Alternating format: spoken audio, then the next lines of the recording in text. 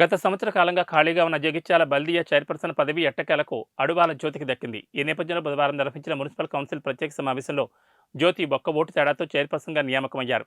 దీంతో చైర్పర్సన్ పదవిపై ఆశలు పెట్టుకున్న సమెండ్ల వాణికి నిరాశ తప్పలేదు. చైర్పర్సన్ ఎన్నిక కోసం నిర్వహించిన ప్రత్యేక సమావేశంలో బీజేపీ, కాంగ్రెస్ కౌన్సిలర్లు జ్యోతికి మద్దతు తెలిపారు.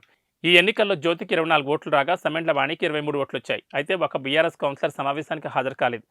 చైర్పర్సన్ ఎన్నికకు ముందు రోజు హైకమాండ్ జారీ చేసిన విప్ను 12 మంది కౌన్సిలర్లు ధిక్కరించారు.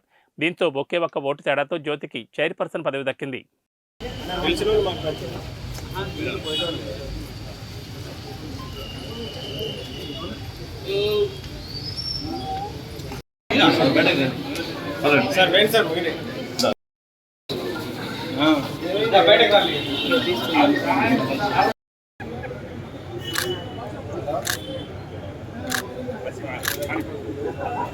అందరికీ నమస్కారము.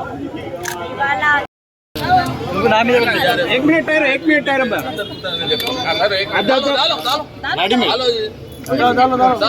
విజువల్ అత్తలేవు అన్న, తీయత్తలేదు, అందుకే ఆగుమని అన్నది.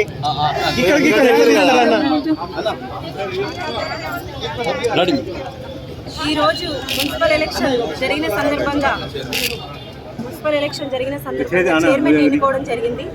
ప్రతి ఒక్క కౌన్సిలర్ నా పక్షాన ఉండి నాకు ఓటు వేసి గెలిపించినందుకు ప్రతి ఒక్కరికి, బీజేపీ వాళ్ళైనా, బీఆర్ఎస్, కాంగ్రెస్, ఇండిపెండెంట్ ఎవరైనా ప్రతి ఒక్కరికి నాకు ఓటేసి గెలిపించినందుకు ప్రతి ఒక్కరికి హృదయపూర్వక నమస్కారాలు తెలియజేస్తూ, ధన్యవాదాలు తెలియజేస్తూ, అందరితో నేను ఇప్పుడు ఎలా ఉన్నానో ఈ క్షణం ప్రతిరోజు ఈ పదవి అయిపోయేంత వరకు నేను అందరితో కలిసి ఉండి వాళ్ళకు అనుగుణంగా నేను ఉంటానని మీడియా సమక్షంగా తెలియజేస్తున్నాను.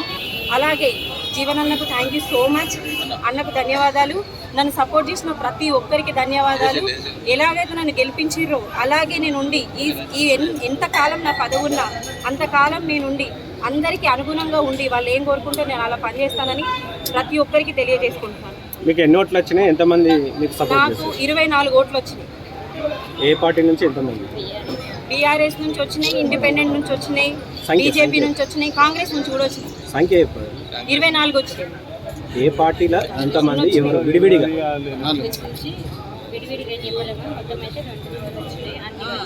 12 బీఆర్ఎస్ వచ్చినాయి, 7 కాంగ్రెస్ వచ్చినాయి, 2 బీజేపీ వచ్చినాయి, ఇండిపెండెంట్ 3 వచ్చినాయి, ఎంఐఎం 1 వచ్చింది, ఇండిపెండెంట్ 2 వచ్చినాయి. పార్టీ మారుతున్నారా? ఎందుకు మారాలి? ఇది నా హక్కు, ఇది పద్మశాలి నుంచి వేయింది కాబట్టి, పద్మశాలికే వచ్చింది కాబట్టి ఇది నా హక్కు. నా హక్కు మాకు వచ్చింది అంతే. పద్మశాలి బీసీ మహిళగా మేము పోరాడినాం ఇన్ని రోజుల నుంచి. సో మాకు వచ్చింది, మాకు అంతే సంతోషం. ఒకటేమో ఆబ్సెంట్. మనకు కావాల్సిన కోరము 24 మాత్రమే. అదే ఇప్పుడు మీరు 47 కౌన్సిలర్లు వచ్చారన్నారు కదా? 47 అంటే 47 మంది కౌన్సిలర్లు ఉన్న 47 టోటల్ వచ్చింది కదా. అంటే ఎక్సఫిషియో మెంబర్ని కలుపుకొని 47 టోటల్ 47.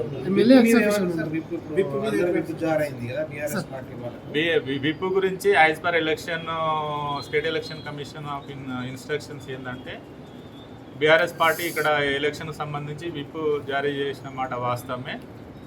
విప్ జారీ చేసిన తర్వాత వాళ్ళు ఎవరైతే కౌన్సిలర్స్ రిసీవ్ చేసుకున్నారో తర్వాత 3 డేస్ లోపల మాకు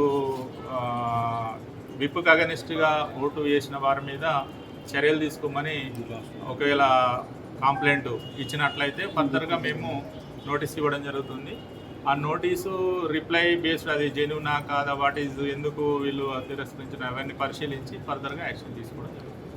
3 రోజుల లోపల మాకు కంప్లైంట్ ఇవ్వాలి.